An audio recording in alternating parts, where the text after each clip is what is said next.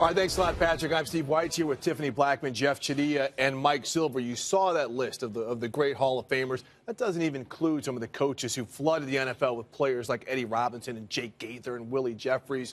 But, guys, we've seen a lot of social activism this year for social justice, equal rights, better policing. And, Jeff, you spent a good part of this year traveling the country, talking to people, to police officers, community activists, players and coaches. What about this kind of groundswell and social activism from players kind of becoming the next link in the chain of players who've done this before them? Well, one person I talked to was Dr. Harry Edwards, noted Cal Berkeley professor and civil activist and the architect of the 1968 Olympic protest by Tommy Smith and John Carlos.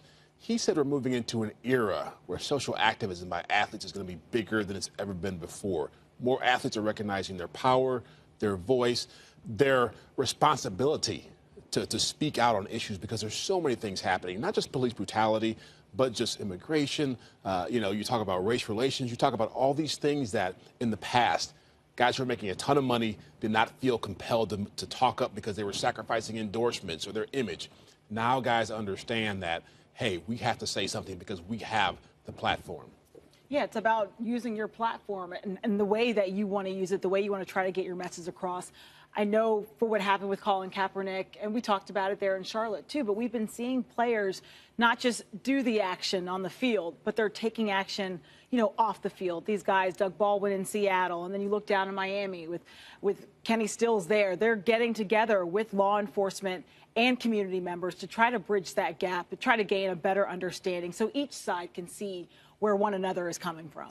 Yeah, and it started as a cry for social justice that Colin Kaepernick had a very specific issue, and now we're seeing players saying they don't want to go to the White House from the Patriots. Devin McCourty saying, I don't feel accepted by this administration. And, a lot of Americans are feeling these things, and more than at any time since the 60s and 70s, we're now seeing athletes wanting to speak out and use their platform. And you mentioned Dr. Edwards at Cal in the 80s. I took his class and got to do a thesis with him, and I could still remember him. Of course, Dr. Edwards was the architect of the famous Black Glove Salute, the '68 Mexico City Olympics as a young man. I could still hear him talking about how there's only one African-American coach in the NCAA, and it's Dennis Green at Northwestern, and he got the job after they went 0-11 because it's the worst job. And, we've come a long way in terms of the way black quarterbacks are perceived. Mm-hmm. I think that's been normalized now for the new generation, which is good. Still not quite there on coaches. And Steve, that's why I think the Rooney Rule, people give it a hard time, and there are times when there are token interviews that I feel are demeaning, but I still think it's a really important rule, even now at a point where we have a quarter of the league is minority coaches. We're seeing some of the social activism, but let's not forget about the history that has allowed players to all of a sudden say, I'm not going to the White House.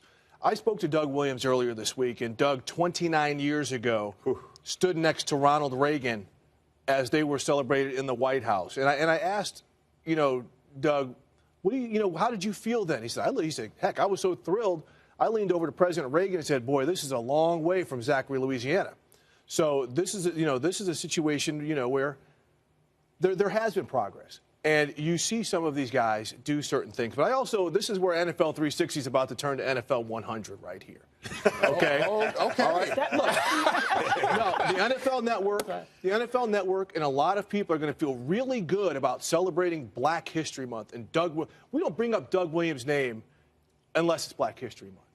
Doug Williams, in the second quarter of Super Bowl 22, threw for 4 touchdowns and almost 300 yards.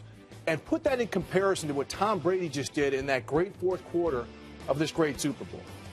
Doug Williams' numbers are better. When's the last time in any Super Bowl promo we have ever seen Doug Williams as one of the greatest performers in Super Bowl history? And it meant so much because you'd heard all this garbage about African-American quarterbacks for so long, and so many of them had been forced to switch positions. Doug Williams was the quarterback at Tampa. He got so maligned. At one point, they said we should send him to Iran because he's the only person who could overthrow the Ayatollah. And Doug Williams, in that moment, down early against John Elway and the Broncos, had a quarter for the ages and a game for the ages. And the point you're making is well taken, because I think it's hard when you're not within the black community to understand what those moments mean to the black community. To see Tony Dungy hired, to see Dennis Green run the Minnesota Vikings, to see. But again, black history and Doug Williams and Shaq Harris and those guys, that's NFL history. Yes. So let's celebrate it year-round instead of just this commemorative shortest month on the calendar. Patrick, we're going to send it back to you.